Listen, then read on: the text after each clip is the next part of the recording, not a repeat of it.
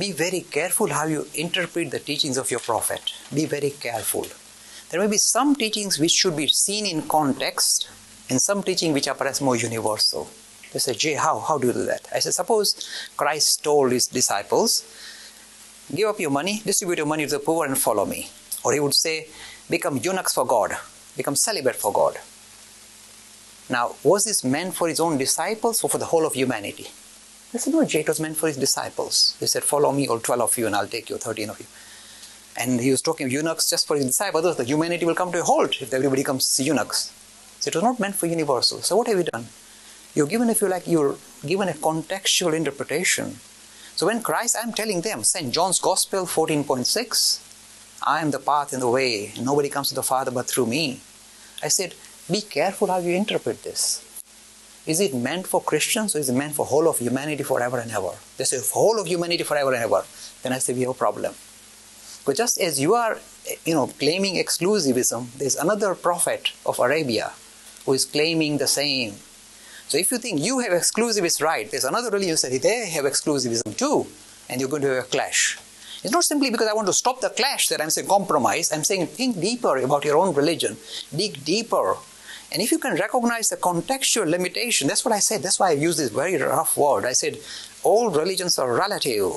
The destination may be absolute, but the pathway they promote, or the prophet they promote, are relative. They relate to you or to me. So once you make the distinction and start to see religions in a way as relative, while the destination, spiritual experience is absolute, then you are safe.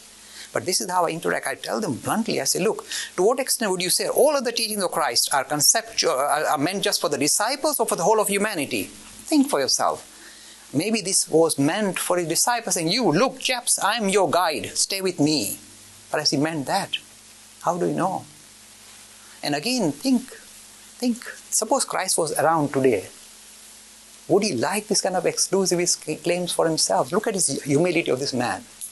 Would he make such exclusivist claim today when he sees so many other prophets in the world?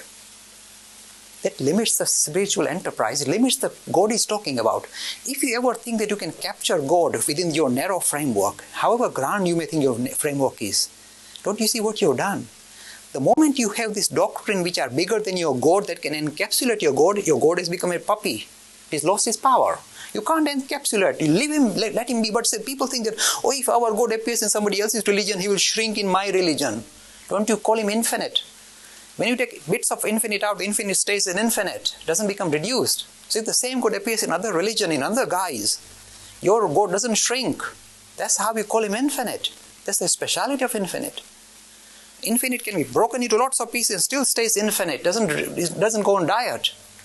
This ability to see God in his true potency and recognize, this gives him true dignity. Otherwise you reduced him. You destroy the very thing you're trying to protect and promote. You demolished it. So what I tell people of other religions, look, if you're serious, dig deeper within your own religion and come to better understanding regarding people of other religion as well as people of no religion. Don't vilify them. Look, I met so many humanists who are so lovely that I would rather work with them than with the Hindus in many cases. I find them much more easier to get on with. How can I for a moment in my mind think that somehow they are somehow ostracized from the spiritual community? How can I possibly do that to them? I can't. So I know that intuitively I know they are equally spiritually vibrant without reference to a God or reference to a religion. And I feel comfortable with that. Another plug for myself. There's a big dialogue taking place between me and the British Humanist Association on this issue of humanism and spiritual humanism. It's on their website. They've got the integrity to put it up on their website. I'm challenging them. They put it on their website. Again, if you go to Hindu Academy website and click the link to BHA, because I went on the BHA website to see where is it. They've hidden it away. I think I'm scoring points there. But it's still there. And if you go through our site, you can see it's the Philosophers Discussion Debate with Peter Cave, the chief philosopher, with Jay Lakhani. And again, I'm taking this challenge into the humanist lobby, saying, I like you, chaps, don't you understand? The reason why humanism is good is because you are dignifying humanity. That's the spiritual expression. We love that. The only place where we part company is that you are telling me I'm just nothing but a lump of carbon. And that is undignifying. So you are not truly dignifying humanity by calling me a lump of carbon. This is where I part company with you. So this is where, but this is a good question. We need to, as I said, you've seen me today challenge my own religion again and again and show its weaknesses and show that it's not understood itself properly. We must all have the ability to be self-critical, not because we are frightened of our religion, but because more vibrant aspect of religion will become visible when you do that. When I meet Christians who are serious and sincere, I have no difficulty because I see they are struggling with the same very abstract ideas that I'm struggling with, and they're trying to come to terms with their own. Look, when you are trying to come to terms with, I'm really going into your field, you can shoot me down, Bob, in a minute. When you're trying to think about the Trinity, the idea of Trinity, and again, this is a serious hot potato. So how can one become three? And what power is there that can turn this one into three, the Father, the Son, and the Holy? How can that be? And yet, you see, this is the same struggle that we have. How do you link this absolute supreme personality with this kind of jagged universe that we live in? How can the perfect and pristine become expressed in this kind of less than perfect manner? How do you link it? So it's a philosophic challenge. And the Buddhists play with it using the ideas of their particular theology. The Christians play with their own, and the Hindus play their own cards. So these are the way, if you look deeper within your own tradition, you see that we are all struggling with the same abstract ideas. And we do our best using our mental faculties, our rational faculties to come to terms with it and deal with it.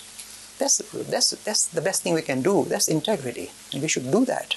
Be self-critical, nothing to be fearful about. If your religion was just an abstract, just a